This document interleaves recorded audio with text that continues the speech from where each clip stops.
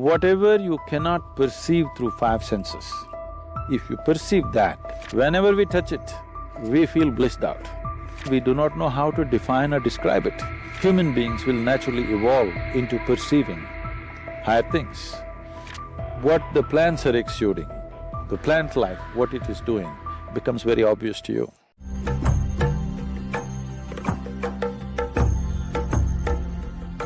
In the yogic system, we look at the human mechanism like this. There are five dimensions to it, there are five layers to it. Usually it's referred to as sheaths, or it's called, that means sheath, one inside the other. One is the physical body, which is referred to as the food body, because this is essentially a heap of food that we have gathered over a period of time. The next is known as the mental body, because we ascribe intelligence to every cell in the body. There is more memory and intelligence in each molecule of DNA than you can decipher through your brain. That much of intelligence and memory is sitting right here.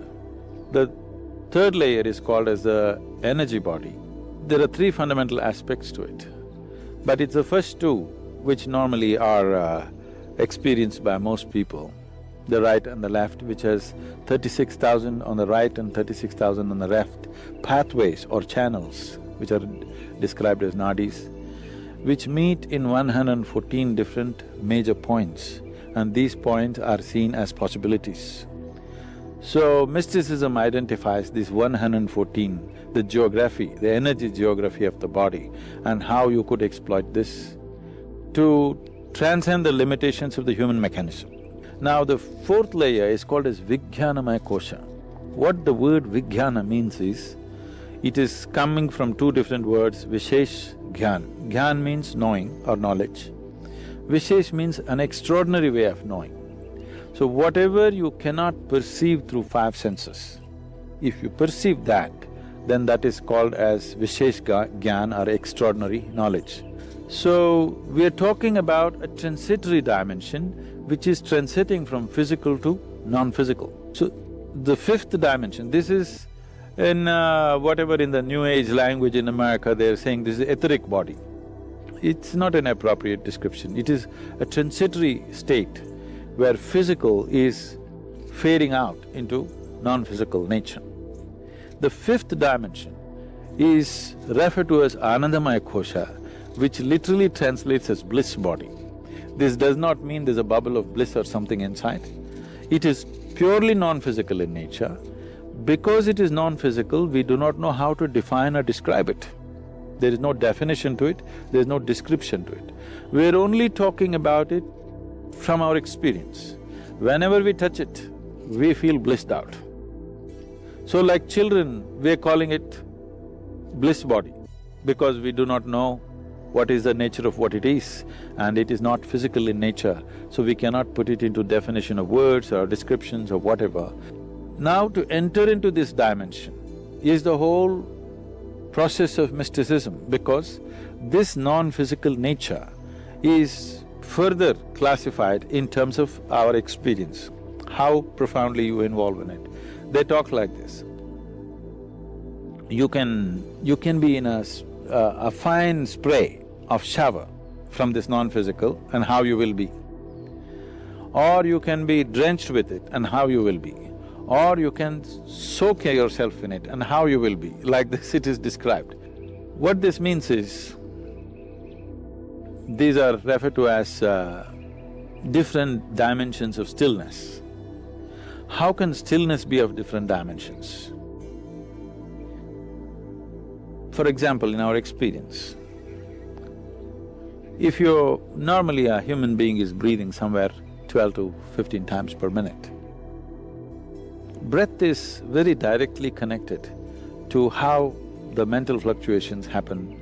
Suppose naturally, not by effort, by doing the right kind of things with your system, naturally if your breath drops below 11, then you begin to understand various reverberations that are happening around you in terms of all the subsonic sounds in which the animals are communicating becomes very obvious to you. If your breath drops below 9, naturally, without controlling it, then what the plants are exuding, the plant life, what it is doing, becomes very obvious to you. If your breath drops below 6, then what the inanimate things, how they're reverberating. This is known as Ritambara Pragna. That means the reverberations of every form and the sounds attached to it become very clear to you. Or in other words, the nature of the universe can be grasped if you know the language of the inanimate. Every form, how it is made, what is its nature, what it is right now and what it will evolve into, or what it was yesterday and what it is evolved into, all this is becoming apparent to you.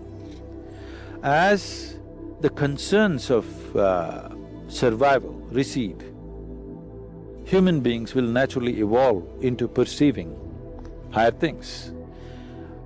But the important thing is the level of static, because breath is a survival process. If you sit still, it goes down. The more still your body becomes, the less you breathe. If you bring your whole system to a certain level of stillness, not being in a hyperventilated state, then your perception goes on increasing.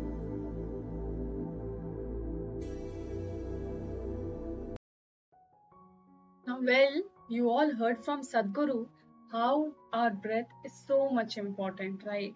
Now, do you remember Patanjali and his 8 limbs of yoga? Of course, everybody of you might be knowing Patanjali, but many of you might not be knowing the 8 limbs of the yoga which he gave. They were Yama, Niyama, Asana, Pranayam, Dharana, Dhyana, Pratyahar and Samadhi.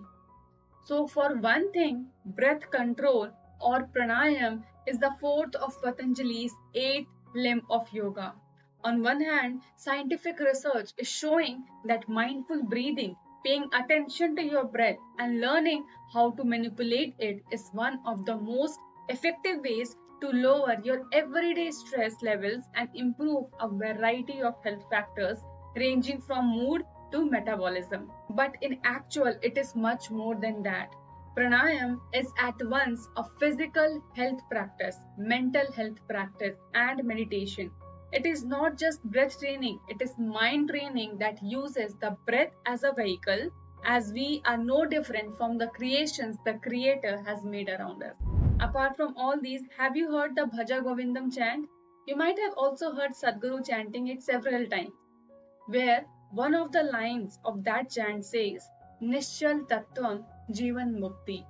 What this means is, if there is an unwavering attention towards something, no matter what that thing is, then liberation, the possibility of freedom cannot be denied to you. In other words, the essential problem of human being is lack of attention. With keenness and intensity of attention, you can open just about any door of the universe. It all depends on how keen and intense your attention is and how much energy there is behind your attention. So in this context, breath is a beautiful device because it is constantly on as long as we are alive. The breath is there all the time. You just have to be conscious about it. Now, do you know in yoga, there is a breathing technique that cleanses all your nadi or the energy pathway or channels, which are the fundamental pathways in which your prana or life energy flows. Now, out of the 72,000 nadis or the energy channels, there are the 3 primary nadis, Ida, Pingala, and Shushmana, corresponding to left, right, and central line of the body, respectively. Now, these nadis converge at various energy vortices known as chakras, and practices such as breath control or pranayama can be used as a means of moving, locking, and sealing prana to restore balance in body and mind. Now, do you know that these nadis get blocked on account of stress, toxicity in the physical body, or due to any type of physical or mental trauma and unhealthy lifestyle, which can lead to various kind of psychological disorders and also an unbalanced system. So, the one practice that we all perform to overcome all these is known as Nadi Shuddhi, one of the most simple yet potent practices which when practiced regularly, cleanses the nadis or the energy pathways, resulting in a balanced system and psychological well-being. Now, do you know that in Nadi Shuddhi breathing processes we do is extremely slow breathing? Now, why is it so is when the breath becomes more and more stable, the disturbances of the life is gone. Slow breathing is directly related to longer lifespan. For example, tortoise can live up to 80 to 150 years because it breathes just 4 to 5 breaths per minute. On the other hand, several yogis, what they do is they stop their breathing or they keep their breathing extremely slow. That means they can literally regulate their breathing processes for several reasons, which also is the reason for their longer lifespan. And above all, the most beautiful thing is the level of calmness multiplies many-fold while the brain is still active. Now, why did I compare breathing practices pranayama with Nadi Suddhi? Because both are related. Nadi Suddhi is a practice that cleanses your nadi through a certain system of breathing. So, if you are someone who wants to learn Nadi Suddhi, it's already going on in 21 days yoga challenge for absolutely free.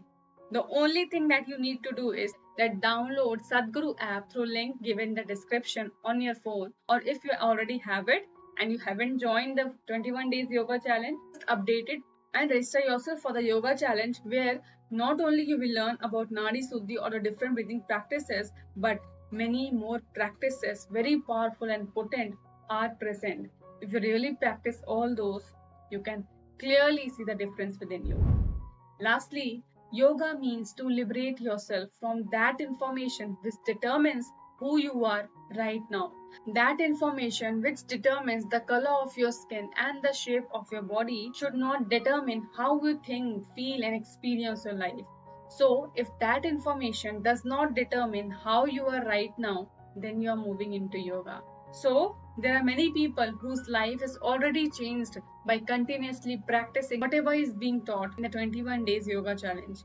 Not only this, if you are someone who wants to do inner engineering but cannot do it because of certain reasons, you have an exciting reward at the end of 21 days yoga challenge, which you will only complete and know about that, okay?